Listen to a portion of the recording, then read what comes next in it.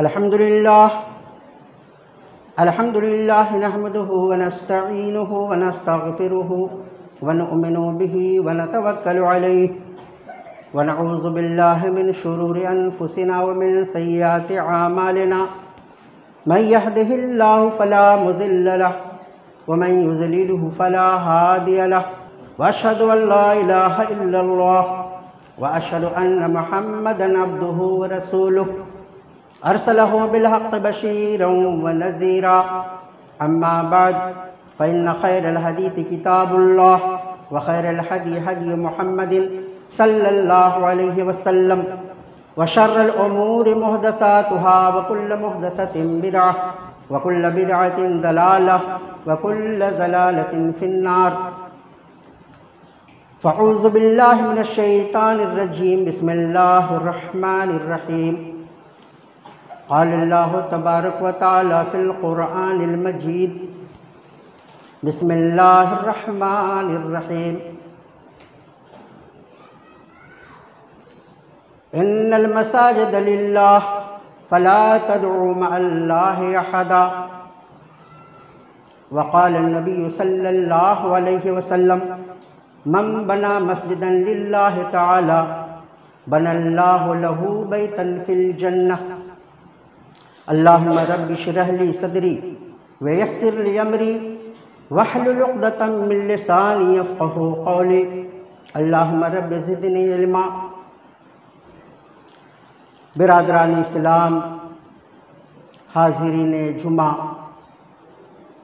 محترم بزرگوں اور دوستوں اور عزیز بچوں، تمام کی تمام تعریفات اس وحدہ لا شریک کے لیے لائق اور زیبا ہے جو خالق کائنات اور مالک ارض و سما ہے، اور لاکھوں کروڑوں درود و سلام نازل ہو اس مقدس و اقدس ہستی پر جن کا نامی اسم گرامی محمد الرسول اللہ صلی اللہ علیہ وسلم ہے، کہ اس مبارک ہستی کے ذریعے اللہ رب العزت نے ہماری رہنمائی فرمائی، اور آج ہم اس مذہب اسلام کے اندر داخل ہو کر اور دنیا کی سب سے قیمتی اور سب سے بلند مقام کے اندر ہم بیٹھے ہیں، انہی کی مہربانی ہے۔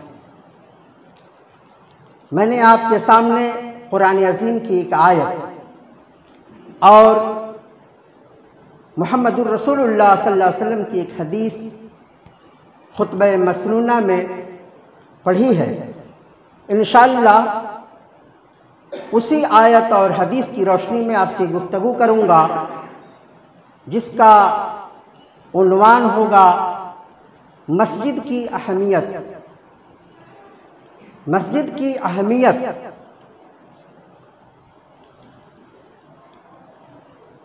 ہم اور آپ جہاں کہیں بھی جاتے ہیں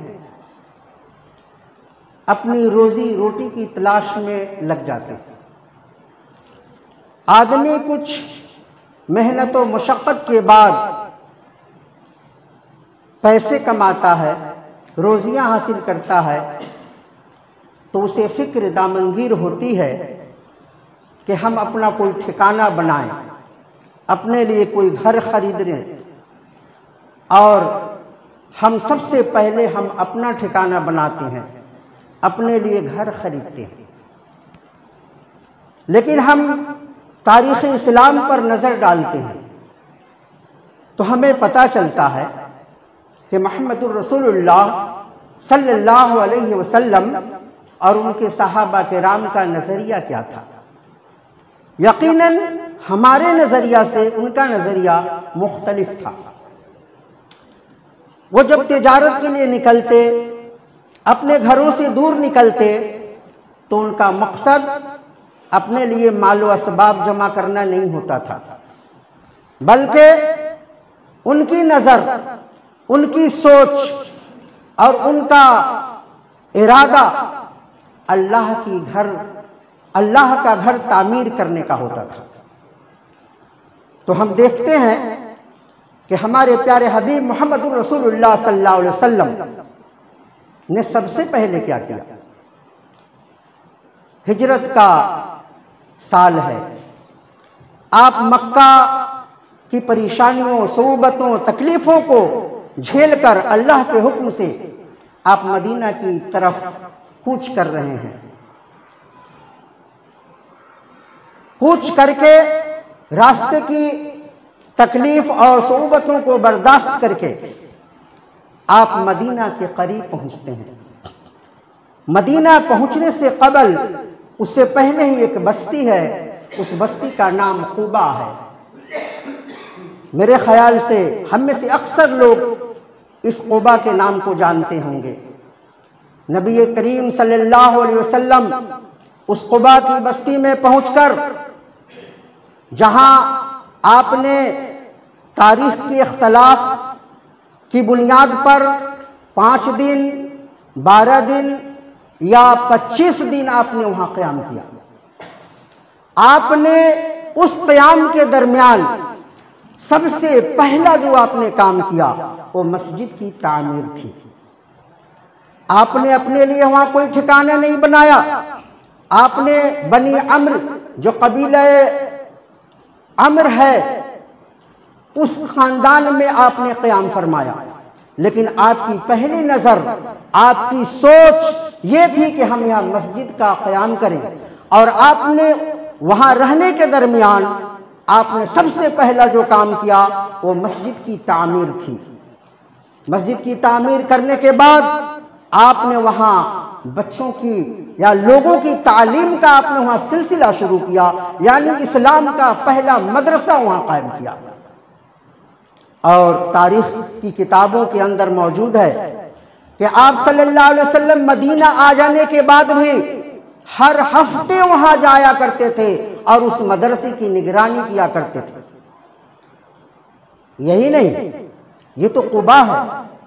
آپ جب وہاں 5 دن یا 12 دن یا 25 دن رکنے کے بعد 12 ربیع الاول کا دن ہے، سن 1 ہجری ہے، مدینہ تشریف لے جاتے ہیں۔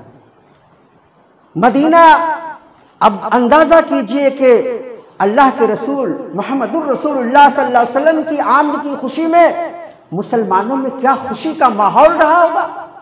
مدینہ کے لوگ اپنی ہتھیار سے لیس ہو کر اور محمد الرسول اللہ صلی اللہ علیہ وسلم کی استقبال کے لیے مدینہ سے باہر نکل پڑے، اور اتنی خوشی کے بچیاں شعر و اشعار کہنے لگیں آپ کی تعریف میں، اللہ کی تعریف میں۔ مدینہ پہنچ کر آپ اونٹنی پر سوار ہیں، جس راستے سے گزرتے ہیں ہر شخص چاہتا ہے کہ آپ ہمارے یہاں قیام فرمائیں، آپ کی اونٹنی کی نکیل کو پکڑ لیتا ہے۔ اللہ کے نبی کہتے ہیں چھوڑ دو، یہ اللہ کے حکم سے اونٹنی آئی ہے، اور یہ اللہ کے حکم سے جہاں بیٹھ جائے گی وہی میرا جائے قیام ہوگا۔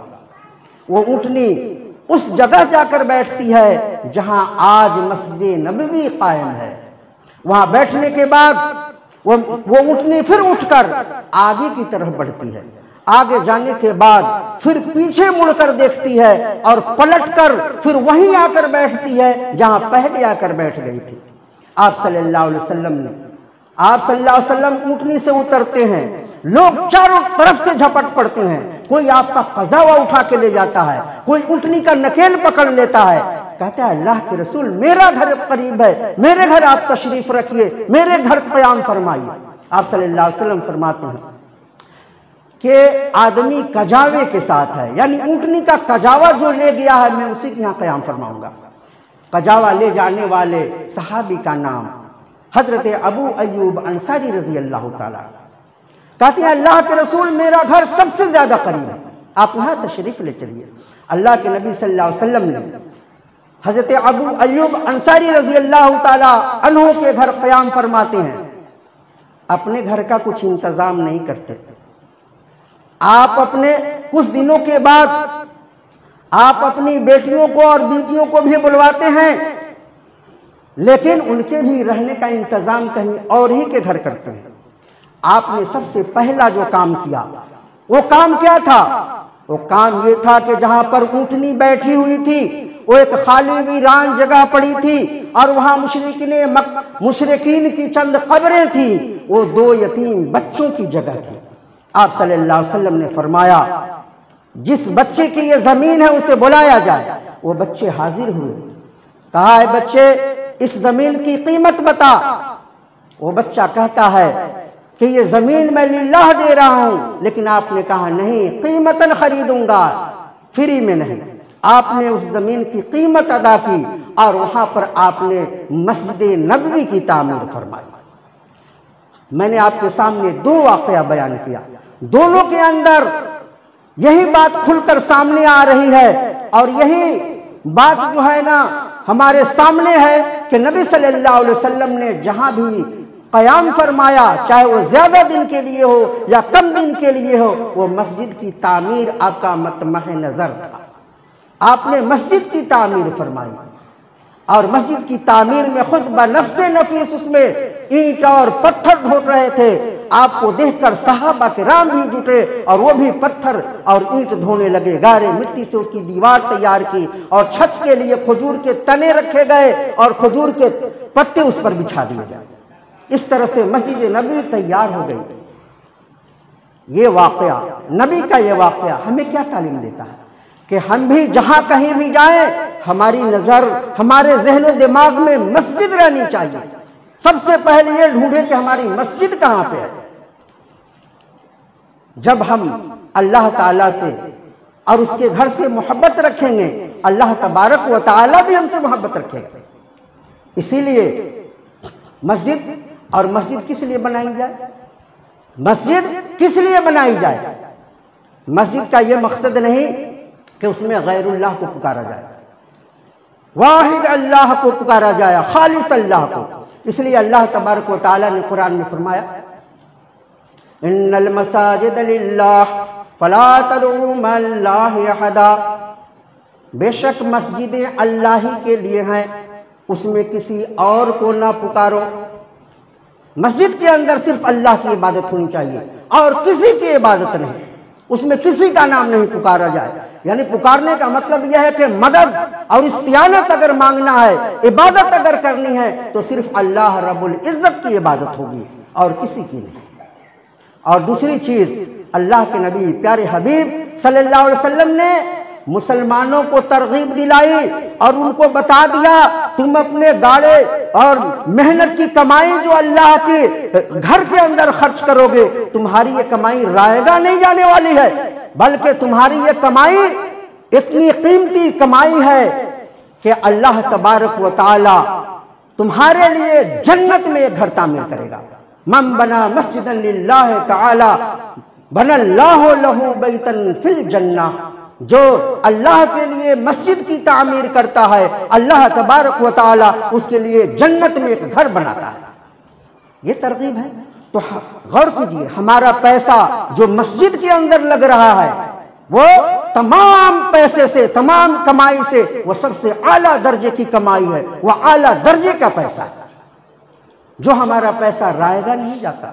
آج اگر آپ کولابا میں فلیٹ خرید لیں، چاہے ورسوا میں خرید لیں، وہ فلیٹ اس مسجد کا مقابلہ نہیں کر سکتے، وہ علاقہ مسجد کا مقابلہ نہیں کر سکتے۔ پیارے حبیب محمد الرسول اللہ صلی اللہ علیہ وسلم نے کھلے طور پر علن اعلان فرما دیا کہ اس روئے زمین پر زمین کا سب سے بہترین ٹکڑا اگر ہے تو وہ مسجد ہے، اور اس زمین کا سب سے برا اور بدترین ٹکڑا ہے تو وہ بازار ہے۔ افسوس ہے، ہم مسلمان بازاروں سے دلچسپی رکھتے ہیں، بازاروں سے محبت رکھتے ہیں، بازاروں میں ہم مکان اور دکان خریدتے ہیں، جو دنیا کی سب سے بری جگہ اور بدترین جگہ ہے۔ اور یہ مسجد جو دنیا کی سب سے بہترین اعلی درجے کی زمین ہے، اس کے لیے ہمارے جیب سے 1 روپیہ، 5 روپے، 10 روپے اور زیادہ سے زیادہ 20-25 روپے نکل آتے ہیں۔ ہم تو یہی جمعہ کے چندے میں دیکھ رہے ہیں۔ سیٹھ ہیں، روزانے کی آمدنی ہماری 10,000 کی ہے، جمعہ کے دن ہفتے میں ایک دن ہم آتے ہیں، ہماری جیب سے 10 روپیہ نکلتا ہے۔ سیٹھوں کے لیے 100 روپے اللہ کی راہ میں دے دینا کون سی بڑی بات ہے؟ آپ گٹکے اور پان اور تمباکو میں پتہ نہیں کتنے خرچ کر دیتے ہیں، آپ کو ذرا بھی دھیان نہیں۔ اللہ تبارک و تعالیٰ آپ کو نواز رہا ہے تو اس بہترین اور اس بابرکت اس زمین کے ٹکڑے کی وجہ سے آپ کو نواز رہا ہے۔ یقین مانیے اگر یہ مسجد کی تعمیر نہ ہوئی ہوتی آپ نہیں کما سکتے تھے۔ آپ نے یہ مسجد میں حصہ لیا ہے، شاید اللہ تبارک و تعالیٰ اسی وجہ سے اللہ تعالیٰ آپ کو نواز رہا ہے۔ آپ کی مسجد کی حالت تو اچھی نہیں، یہ نیچے سے خوبصورت دکھائی دے رہی ہے، ذرا اس کے چاروں طرف یا اوپر جا کر دیکھیں، کیا یہ مسجد تعمیر کا حق نہیں رکھتی؟ ارادہ یہ ہونا چاہیے کہ اس مسجد کو ہمیں تعمیر کرنی ہے۔ ہماری تعداد بڑھ گئی ہے، آج 2 جماعت کی ضرورت پڑ رہی ہے، ہماری مسجد اتنی بڑی اتنی کشادہ ہونی چاہیے کہ ایک جماعت میں سارے لوگ آ جائیں۔ تو ابھی سے جب ارادہ نہیں کریں گے، اس کے کا فنڈ ابھی سے مہیا نہیں کریں گے، آئندہ کیا کریں گے؟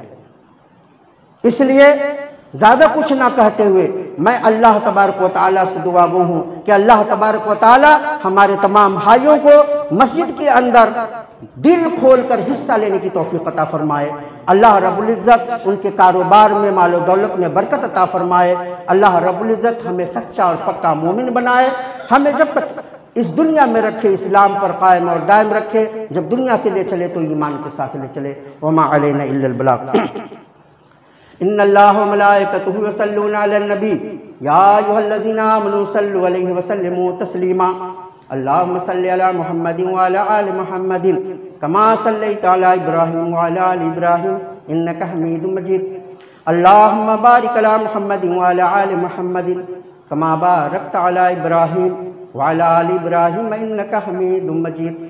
ان اللہ یأمر بالعدل والإحسان وإيتاء ذي القربى وينهى عن الفحشاء والمنكر والبغي يعظكم لعلكم تذكرون واذكروا الله يذكركم وادعوه يستجب لكم ولذكر الله تعالى أعلى وأولى وأجل وأتم وأكبر۔